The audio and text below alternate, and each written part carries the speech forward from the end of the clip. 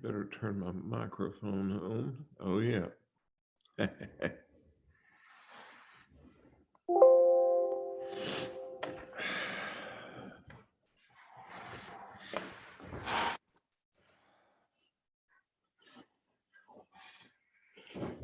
Guys, how you doing? Can anybody hear me? Doing well. How are you? Hey, Bronte. Well, my cold is coming back, so.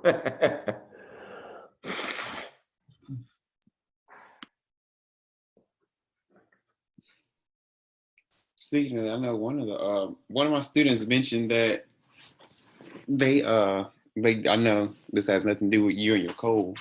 They're That's talking about fine. like the coronavirus and everything. They Oh, said boy. it's here in Houston. You're in Houston? Yes, sir. Got a nephew there that's a banker. Go figure. Okay. Yeah, I came here like after undergraduate at Mississippi College. So I came in 2014. Yeah. Well, it's the biggest city in Texas, and obviously you get a lot of international travel there, but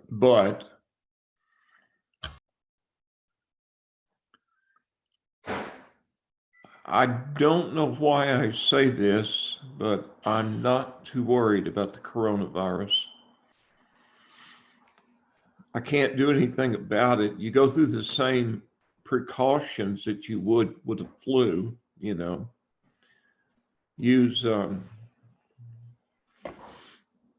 I forget what it's called, but you can get these antibacterial hand squirts. Wash your hands a lot. Try not to touch your face, or if you have touched other stuff, but you know, I'm not an expert on the coronavirus. I'm not even an expert on that, so.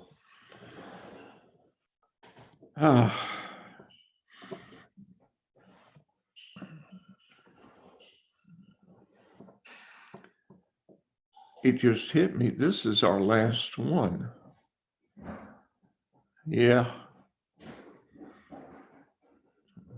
Are you excited? Well, here's what's funny. We started with 35 students in this class. Term 2, I teach the advanced graduate class. I have 5 students, a lot less to grade. Ooh, I know what that's like, not having a lot of kids to grade, or students to grade, sorry. What do you do, Briante, what do you do? Are you teaching? I teach 10th grade English, like pre-P English here in Texas. Yeah. So yeah, it's like a part of my minor. Yeah. Well, I have 3 daughters. The youngest teaches basically stat, and the oldest is a math ed prof, or finishing up her degree. And so very noble profession, teaching. Easy for me to say I'm in it, but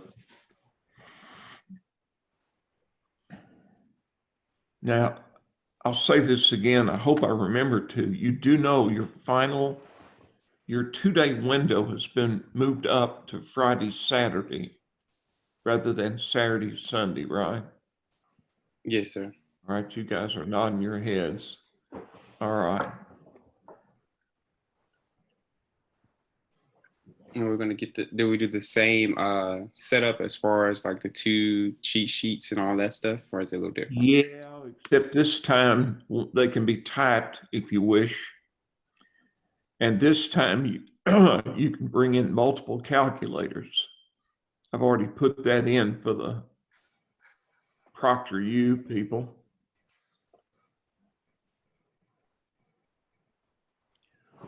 Well,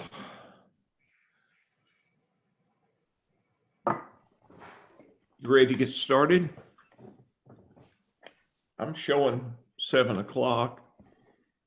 This last chapter that you look at this week is multinational finance. And there's a few key things I wanted to pull out of it.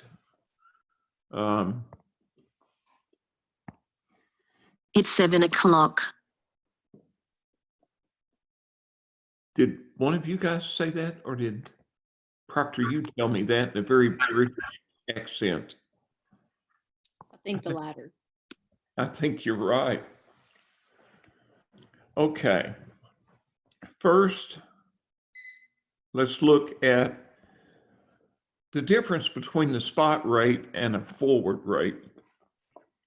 And of course, they've got forward contracts for 90 days, 30 days, 6 months, you name it. These are provided by large international banks. The spot rate is the rate of exchange between the dollar and some other currency. In this case, I'm using the euro. It's actually a 2-day term period, but they call it the spot rate. Right now, if you exchange dollars for euros, it takes $0.9 to buy a euro. If you enter a 90-day contract, and by the way, you won't see this big a change in the exchange rate, but I'm trying to use something with a pronounced difference. It's easier to see the difference. If you entered a 90-day forward contract, the contract would require $0.92 per euro. So does it look like the market is expecting the dollar to get stronger or weaker in the forward market 90 days from now? Are we expecting the dollar to get stronger or weaker relative to the euro? Weaker. Weaker, because it will take more dollars to buy a euro in the forward market. And once again, the rate for immediate exchange is actually 2-day exchange. That's called the spot rate. And the forward rate represents a contract where you agree to exchange dollars for euros at some specific point in the future.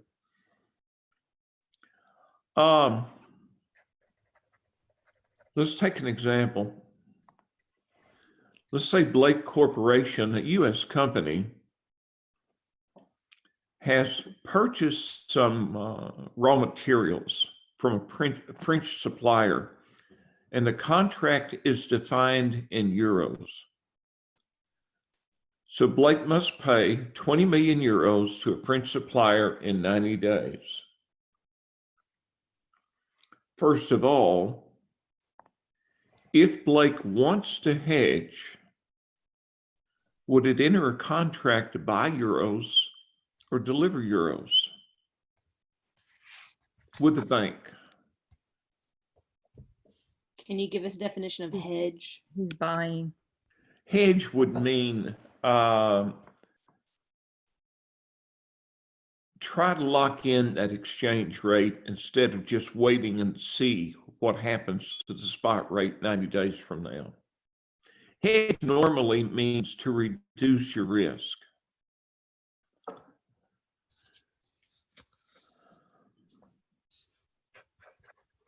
You're looking to buy, wouldn't you? Exactly.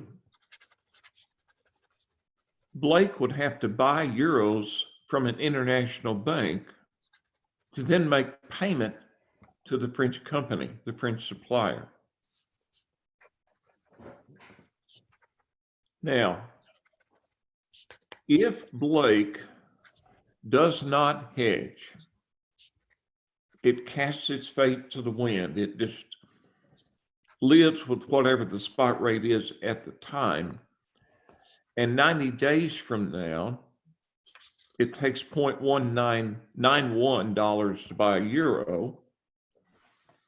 Then its payment, guys, I don't know if this is going to, maybe I should, well, we'll try it.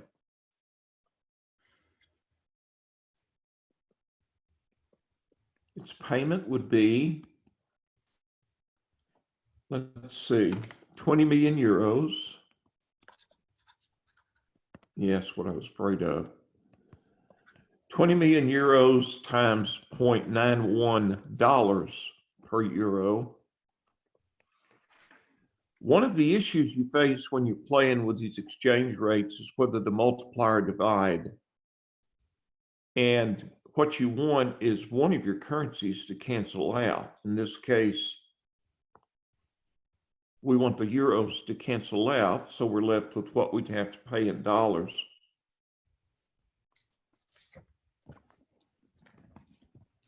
And that would be $18.2 million. So if you don't hedge and the dollar gets what, stronger or weaker here?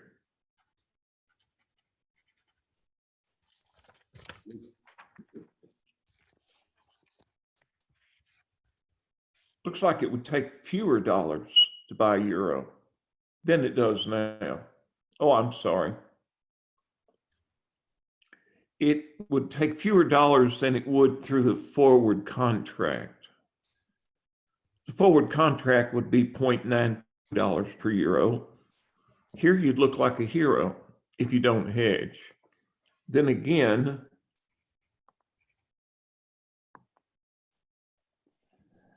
that's great. I just got a message that my internet connection's unstable. What if we don't hedge and the exchange rate is $0.93 per euro? Then our payment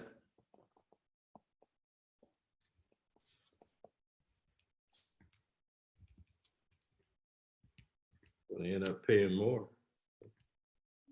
18.6. What'd you say it was? I got 18.6.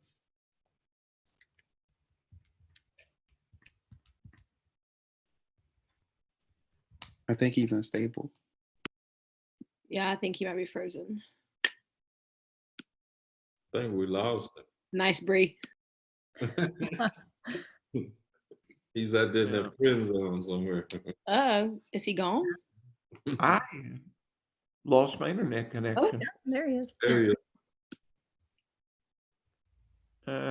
Okay. So going back to where we were, bottom line is this. If you're the one making the decision for the company on whether to hedge or not, and keep in mind we're making a payment, we're a buyer. You can either gamble, in which case your payment might be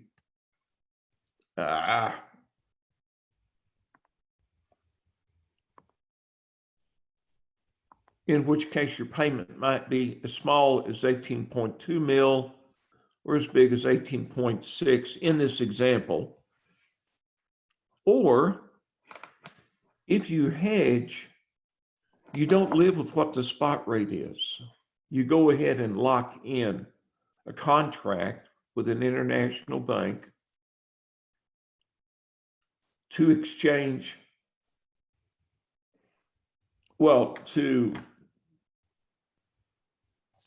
purchase 20 million euro. And if the spot rate is $0.9,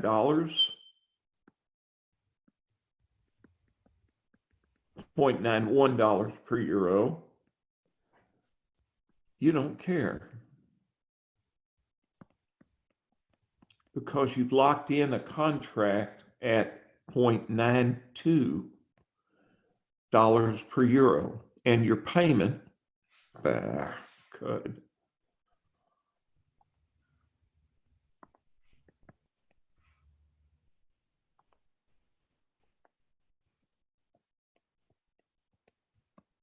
Your payment would work out to be 18.4 mil.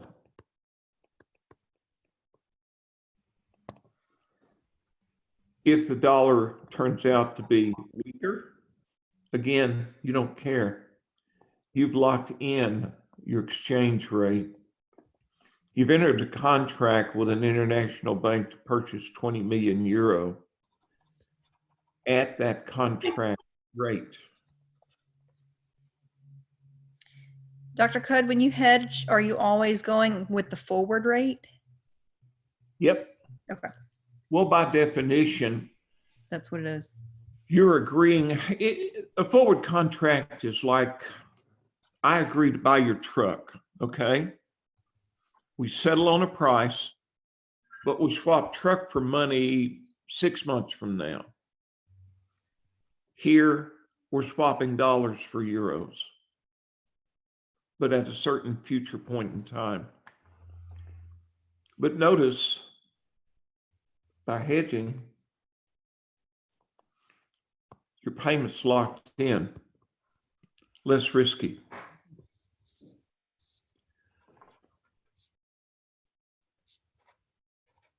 Uh-oh. Well, it's gonna be a long night. Guys, I don't know what's going on. I've not had this problem before.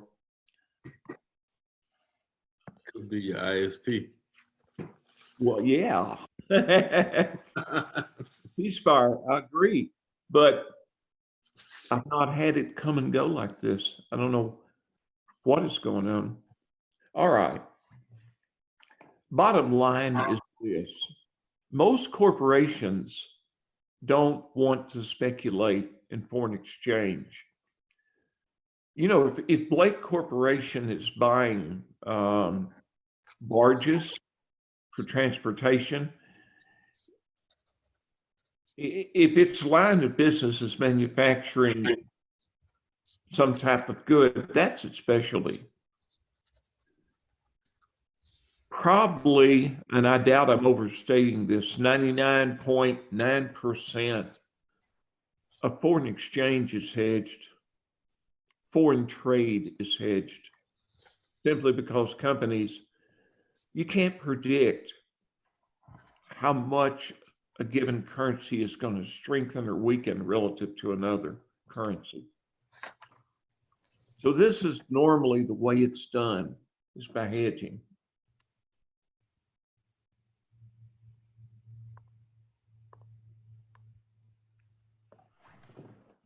Now, notice the whole ball game changes in terms of what you fear if you're a seller rather than a buyer. We looked at the case where Blake was a buyer needing to make payment, and its concern was that the dollar would get weaker because then it would take more dollars to buy the euros, right?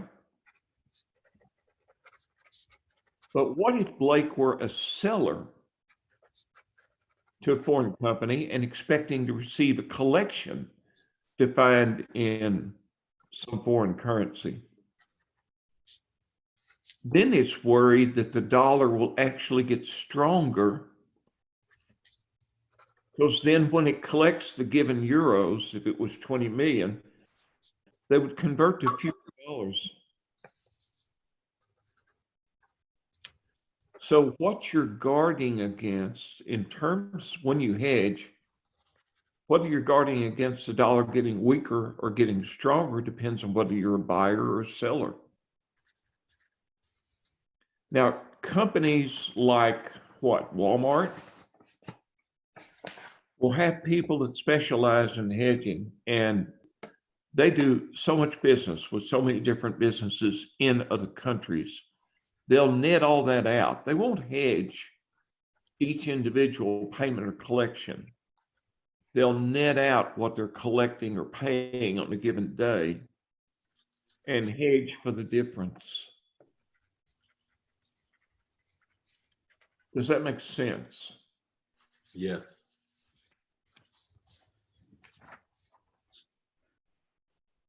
Because it's too costly to hedge each individual purchase and sale. All right, so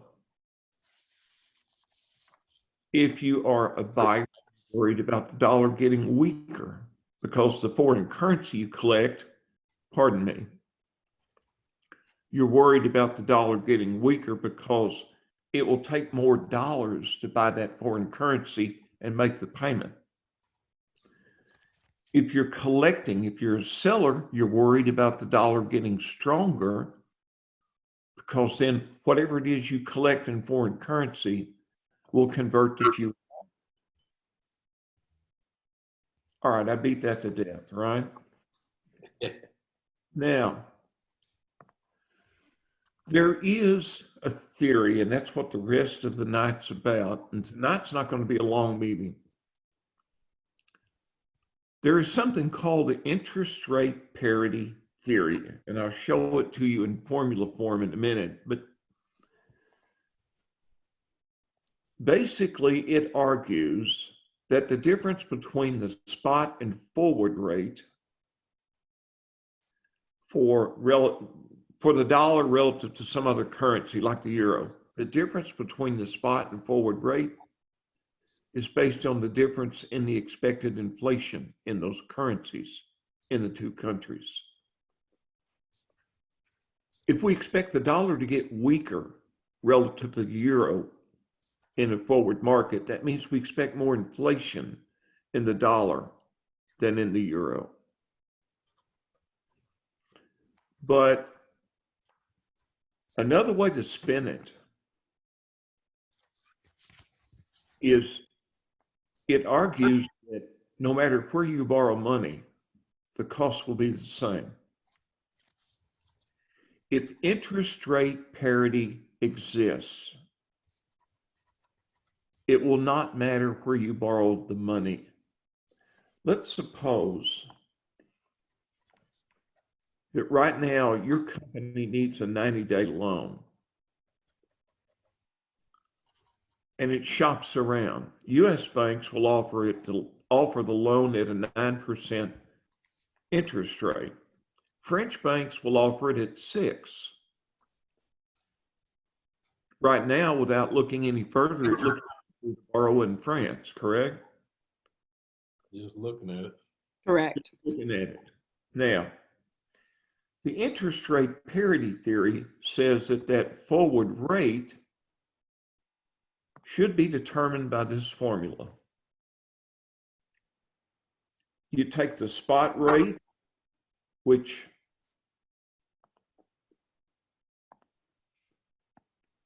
is 0.9 dollars per euro, times 1 plus the interest with the US bank. Now, since this is a 90-day loan, we'll assume we'll use a banker's year and assume 3 months of interest. So the interest rate would be, with US banks, it would be 9%, but we divide it by 4, since it'll only be a fourth of a year's interest. And with the French banks, the interest rate is what, 6? Again, we adjust it for 90 days.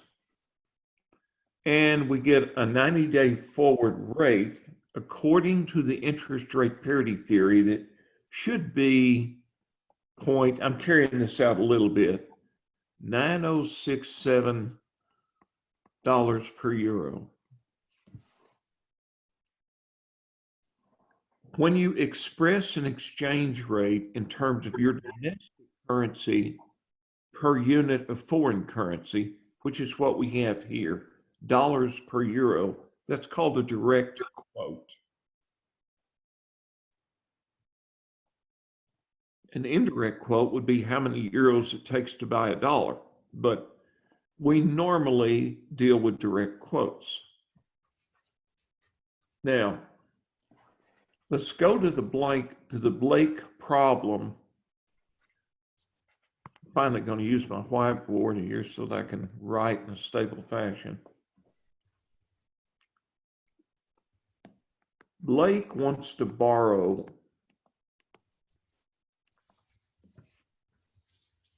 $20 million in France.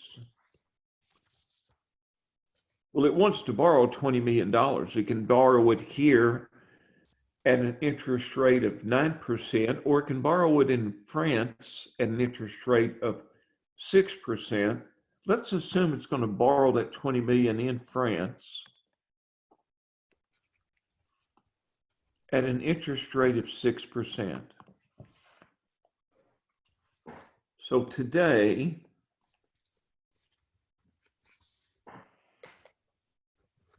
Blake will take out a loan, and it will be in euros.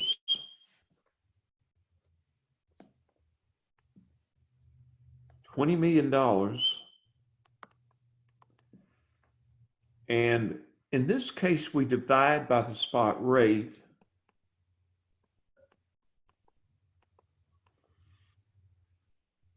Because we want the dollars to cancel out and to see what that rate would be, pardon me, see what that loan would be in euros. So that would be, it's not a nice round number, but 22.222 million euros. You with me on this so far? Yeah. Blake needs $20 million. If it borrows 22 million euros and converts it into dollars now, that gives it the 20 million that it needs. Now, 90 days later,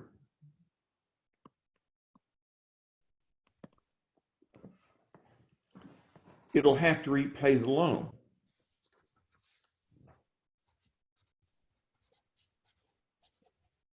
It will need to repay the 22.22 million euros. And to repay the principal plus interest, I'll multiply it by 1 plus that 0.06 over 4. That would be repaying the principal plus 3 months of interest. And that works out to, forgive me, I need my calculator. There it is.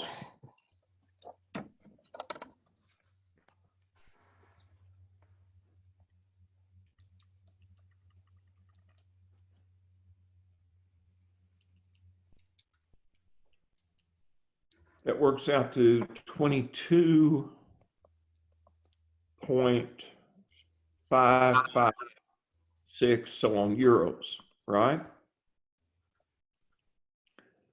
But to purchase the euros, the cost to repay in dollars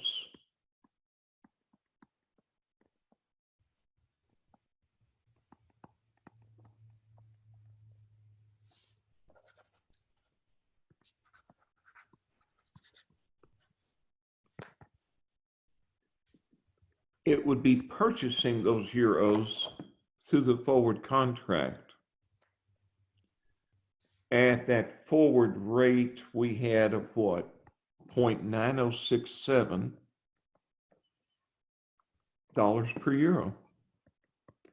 This time we multiply so that the euros cancel out and we're left with dollars. And that would work out to be 20.451 million dollars. To figure out what the nominal rate on that would be, oh, I hate this thing, go back, there. To figure out what that nominal rate would be, we'll take the dollar interest over the dollar proceeds, just like we did earlier, and annualize it. In this case, multiply by 12 months over 3 months because it's a 3-month loan. The dollar interest would be the 451 million.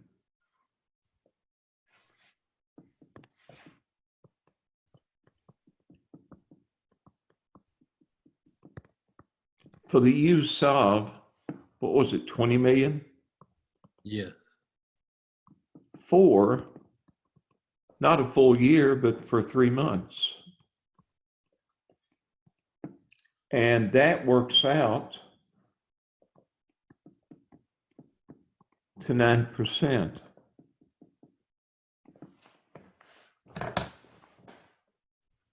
The same as it would cost to borrow it in the US.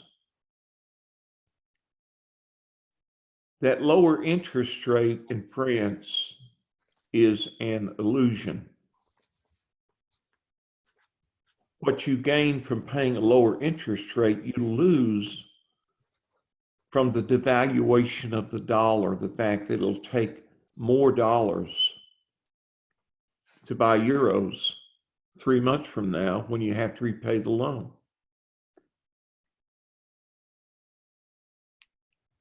Now, if interest rate parity did not exist, then that exchange rate would not be what we got with our formula. And it would turn out to be cheaper to either borrow in the US or to borrow in France, but the cost would not be identical.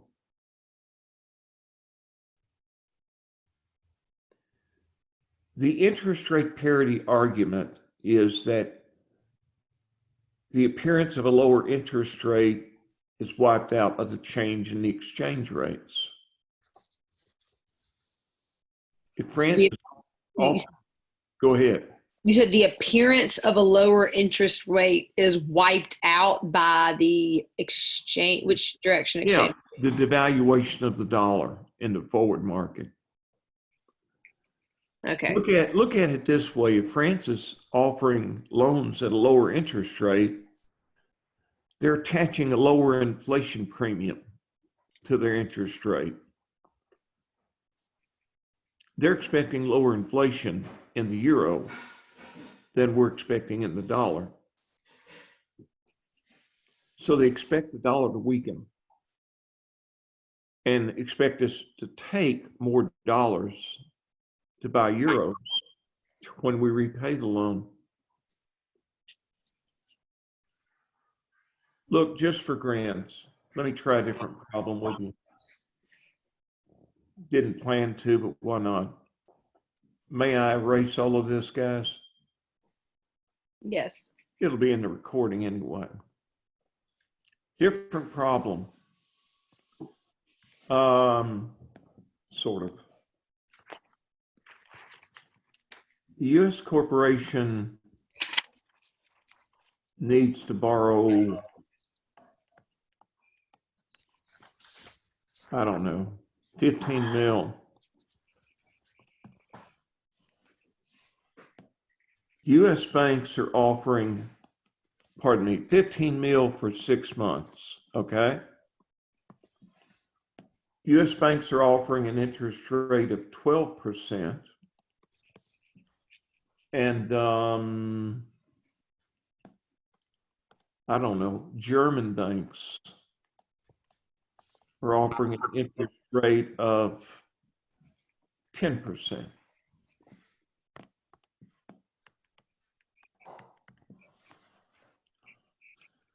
Right now, the spot rate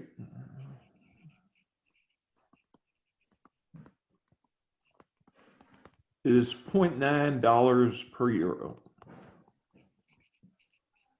Let's assume the 6-month forward rate is, I don't know, $0.92 per euro.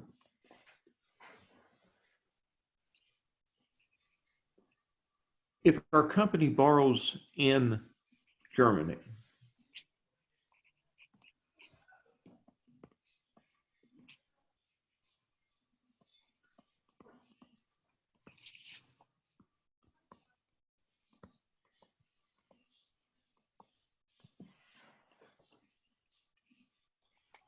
First of all, today, what's the size of the loan?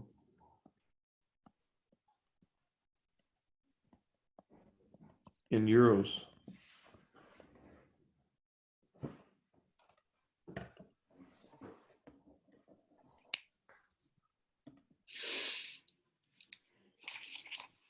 I don't think I've given you numbers that are nice and even.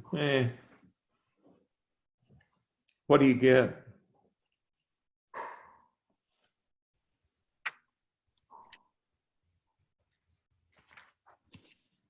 Can you work it out? Sorry. Sure, absolutely. We're talking about You're talking about the 15 million. $15 million. And we want to know what that works out to in euros today. So we divide by our spot rate. I guess I forgot to put the dollar up there, didn't I? Yeah. There.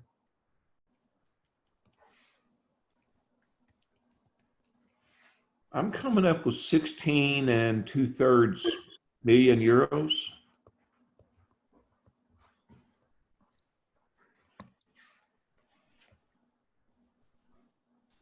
Somebody check my math. I'm not sure about that. That's correct. Okay. Now, 6 months later, we're going to have to repay this loan. And what we'd have to repay in dollars would be the loan in euros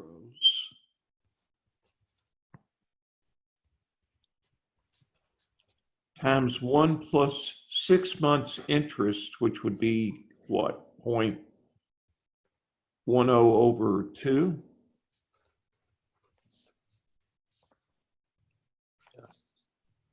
That would give us what we've got to pay in euros. If I want to know what we pay in dollars, assuming we Well, you had, get 0.1. Oh, they're 10% interest? Okay, never mind, I'm sorry. yeah.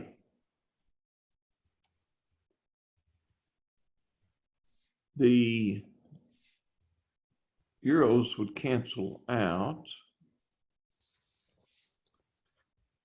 And in dollars, we'd need to repay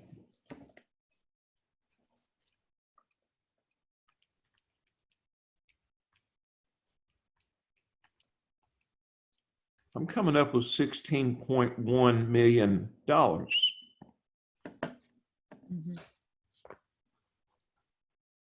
Now, the nominal rate would be the dollar interest, which would be what? It's a $15 million loan. We're paying back 16.1, so $1.1 million in interest for a $15 million loan. And to annualize it, since it's a 6-month loan,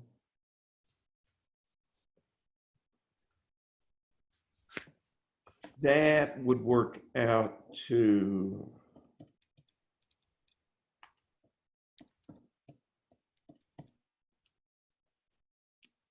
I'm coming up with, I'm rounding a lot, 14.7%. So if we borrow in Germany, we basically pay a rate of 14.7% after we filter out all of the change in the value of the dollar and what it would take to repay the loan, or we can borrow in the US at 12. If we're faced with this situation, where should we borrow? In the US. In the US. Yes. Does this problem suggest interest rate parity exists? No. No, because it is cheaper to borrow in one country rather than another.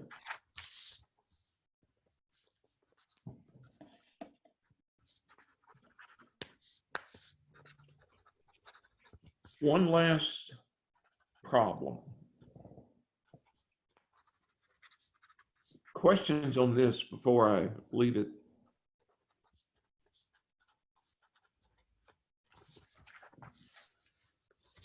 Okay. Whoops.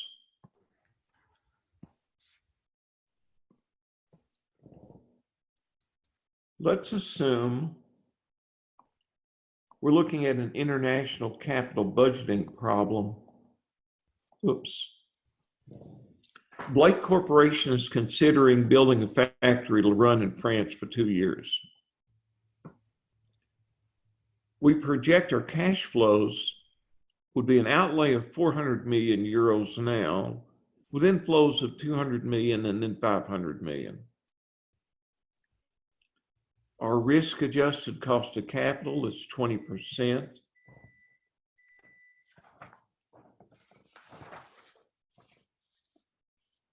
Now you've got this, right, in your slides, I think. Yes. Yes. Okay. Right now, the spot exchange rate is $0.9 per euro. And right now, 1-year bonds in the US are offering a yield of 9%, 2-year bonds 7%. In France, 1-year bonds are offering 6%, 2-year bonds 5%. So we could use our interest rate parity theory to try to estimate what we expect the exchange rate to be a year from now and 2 years from now.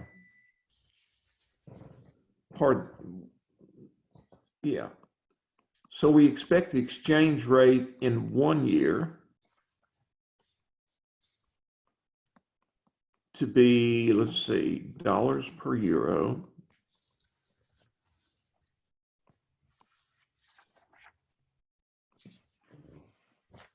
One-year bonds in the US are offering 9%.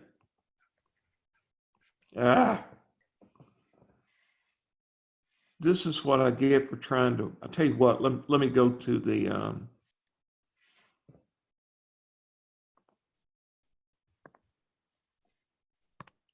Like one shorter than the other. well, they're both looking at interest rates going down over time. But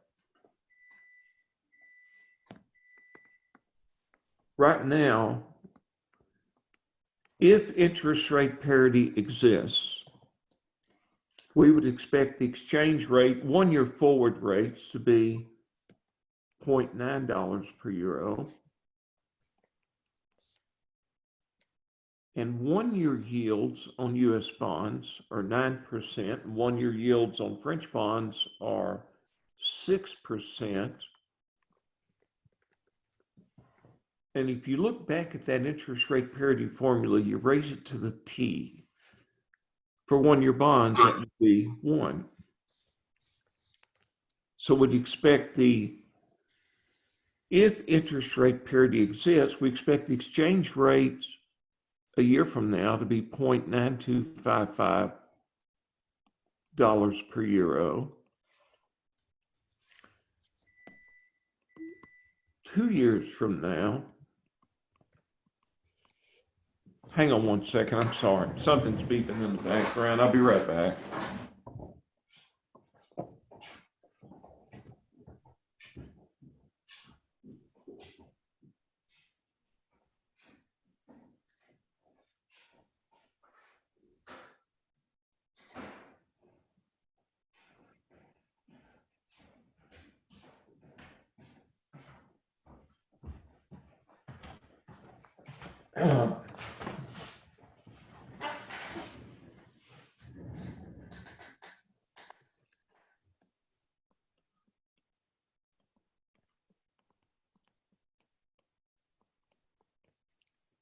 Two-year yields in the US are what, 7%? And 2-year yields in France are 5%. Ooh, get up there.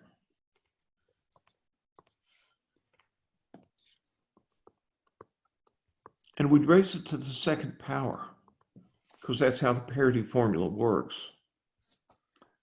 And we'd get an exchange rate of $0.9346 per euro. Based on the interest rate parity theory, this is what we'd expect exchange rates to be 1 year from now, 2 years from now. So if we, guys, do you have a slide that's all red that says project cash flows? Yes. Sure. Cool. Would the U.S. always go on top? Yes, if you're a U.S. company. And if you're quoting the exchange rate in direct form. In direct form, you said was taking it from dollars to euros. How many dollars does it take to buy a euro? Yeah. Or how many dollars would it take to buy a yen or some other foreign currency? So this is where we would come up with our projected exchange rates. Then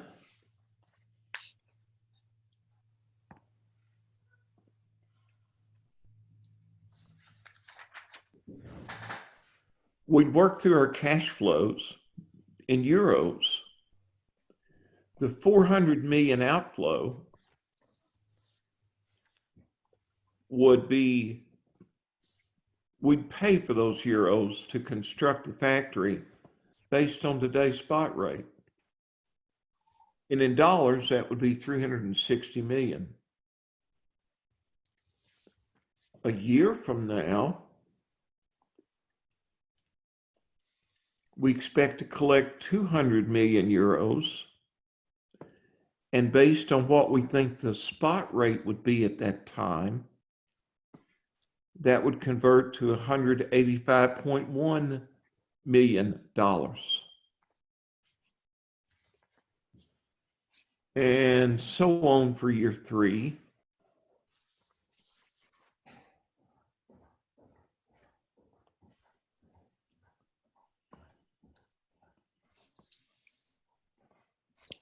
And that's literally just multiplying straight down, right? We're multiplying straight down.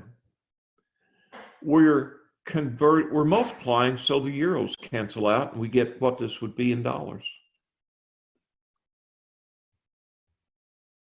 It's a capital budgeting project. We've got our projected cash flows in dollars. So the next step is to find the net present value of the project. If we did that, this is how it would look algebraically. I know you guys are not used to looking at that. This is how it would look with your calculators, depending on which one you had. If you'll notice, there's our cash outflow, which is negative. Then our cash inflows for the next 2 years. Here's our discount rate. We get a net present value that's positive, which would tell us to accept the project. Or if you're using the other calculator, it looks the same. Outflows, inflows, cost of capital, NPV. Key point is this. When a company, well, let's say a US company, looks at investing in a project in another country, it's going to have cash outflows, then it's going to have cash inflows, hopefully. And it's got to take those exchange rates into account. Because eventually what it hopes to do is remit the cash flows back to the home country in dollars.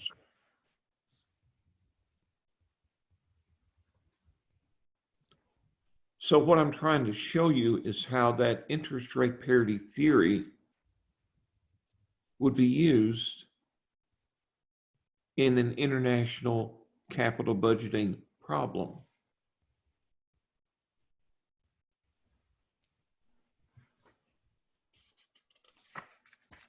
And guess what? That's it.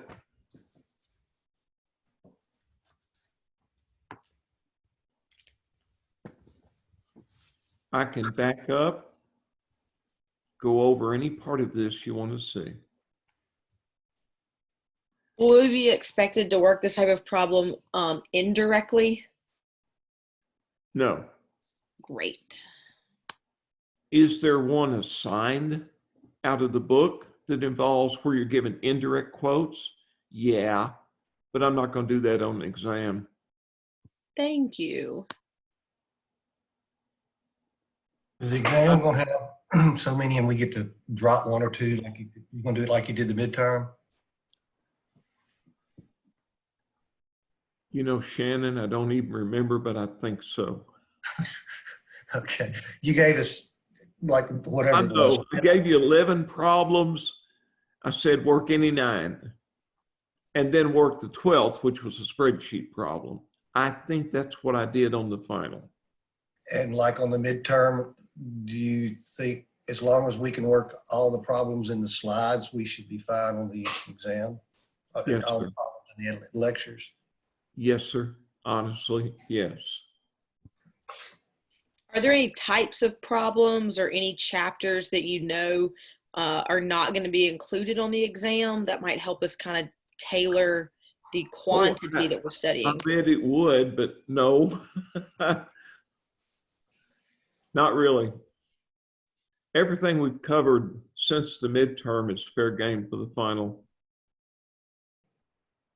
That's the midterm. I mean, yeah. The good news is the final is not comprehensive over the whole course. Yeah, that's But good. is it? It is not. That would be way too much material anyway.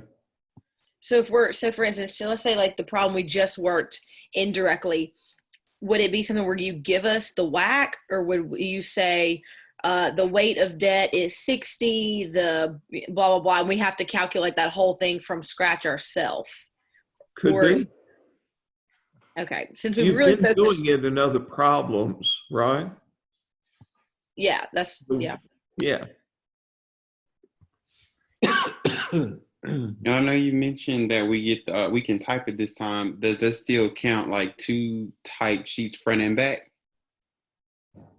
Whatever I told you could do for the midterm, you can do for the final, but it can be typed as or handwritten, your choice. I think Brian was mentioning they gave him some grief about, Brian, was that you? That was me. Yeah, oh, it was you. And someone else told you they wouldn't let them use theirs that was typed, and they quickly tried You know to. why? I didn't think about it. I didn't even think about anybody trying to type it. I just wrote up for a Proctor U 2 sheets of handwritten notes, front and back. But I fixed it. I just refused to put mine away. I told him I was going to use it anyway. He could tell you, report me. They even gave me grief because my license, I did not know, but had expired just like 2 weeks prior to me taking the exam. What And license? my driver's license, they had expired. And I realized it like the week before my exam when I was doing my taxes online, and I had to have my, anyway. So he said, you have some other form of identification. And I've used my student ID before. Hey, And I pulled it out, and he wouldn't accept it. He said, it's got to be a government. Do I have a passport? I said, yeah, Oh, I've you're got a kidding. passport. Yeah, so anyway, he put me on hold and went to talk to his manager and came back. My student ID would be fine. So yeah, they actually look at the expiration date on the driver. Shannon, I am so sorry about that. You know what I find so funny about that? It's often somebody, some kid that sees my license. Why a kid would be looking at my license, but the last time I learned it was about to expire, some kid showed me. I just don't keep track of that, you know? I don't either. I'm spoiled. I'm used to being notified by the government. Now, what about scratch paper? Is All there, you want. yeah, see, and that's what I told them. They was like, oh no, you can't. No, no. TC, even on the midterm, I put unlimited scratch sheets. I know you did, but they argued with me and they wouldn't let me. They made me count out like 5 sheets of paper. I said, I need at least 10 for the problems. All right. That should not have happened.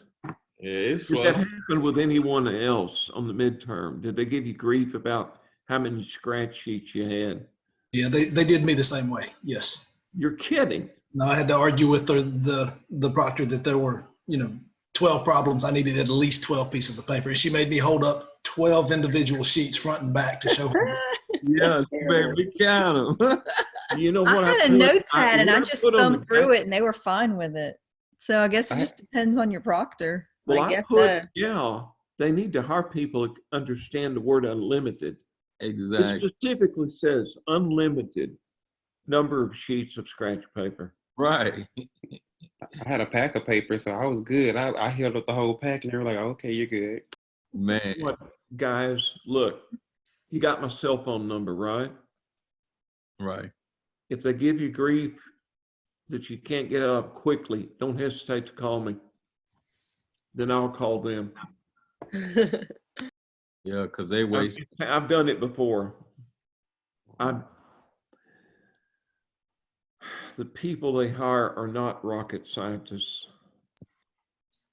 And I've looked for an alternative, but honestly, Proctor Hughes,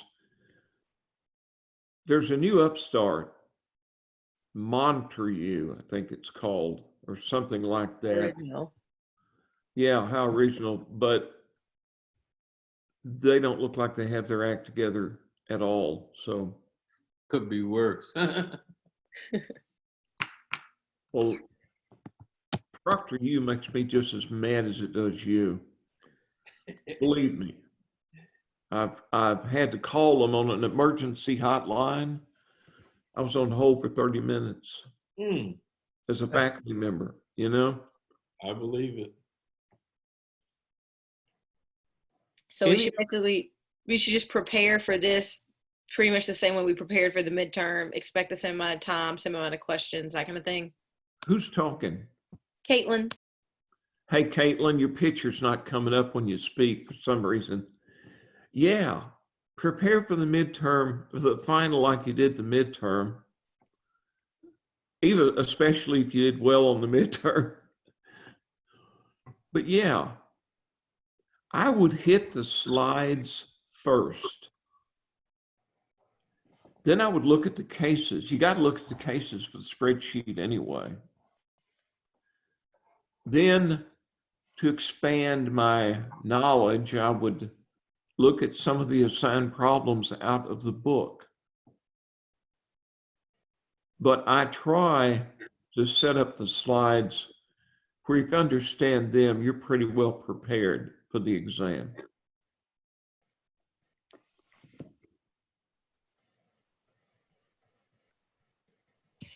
All righty. If you think of, a more guiding direction during the week, let us know.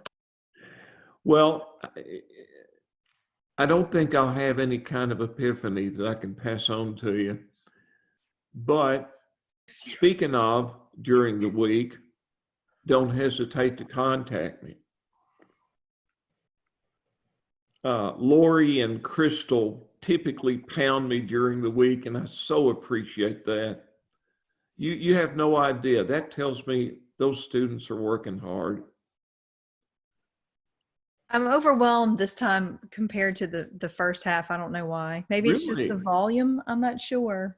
Hey, I'm with you, Lori. It just feels different. I don't know. I don't feel as confident today as I did the week before the midterm. So I'll Well, be spending a I'll lot tell of you time this week.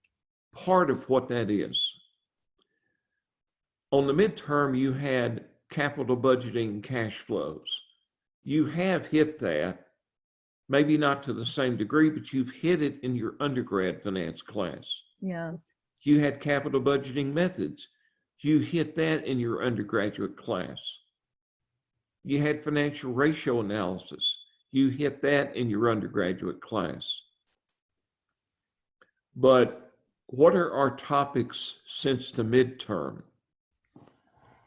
Capital structure. You haven't seen that Determining the before. cash flows. Leasing. The topics are less of an extension of what you've had. They're not an extension of what you had undergrad. So they are a little different. TC, your image is so weird. I'm seeing like a bridge behind you. Really? Yeah, and yet you're like a ghost. It's like a pencil outline of your face and everything, but Nice story, man. yeah, it's weird. Well, you're a techie type, so I have no idea what you might have done to do that, but I used to work with the ghost, man. oh, okay. Anything else? That's really all I have. All right. Looking forward to spring break or You- spring break day. You and me both. I'm going to North Carolina to see my daughter, our oldest that's daughter. great. I hope you're driving. I hope you're driving. We are driving. Okay. Oh, yeah. Time changing. Yeah. This might even gonna give us 24 hours though between one class ending and another starting. No. I Yeah. know, but hey, that's how it works. But it'll be my last one. So Wow. Congrats. Ditto. It's good.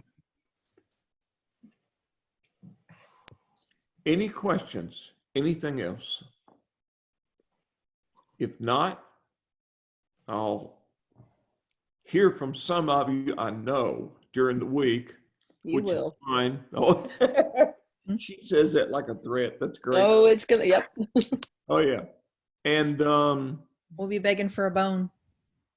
don't hesitate to contact me when you run into a problem in the slides, the book, the cases you don't understand. Don't hesitate to contact me. We don't have a case this week though, right? No. Okay. You have a final exam. All right, just making sure. Yep. No case quizzes, no case spreadsheets. All right, guys. All right. You have Thank a you. good evening. you too. Thanks. Too. You too. Thanks.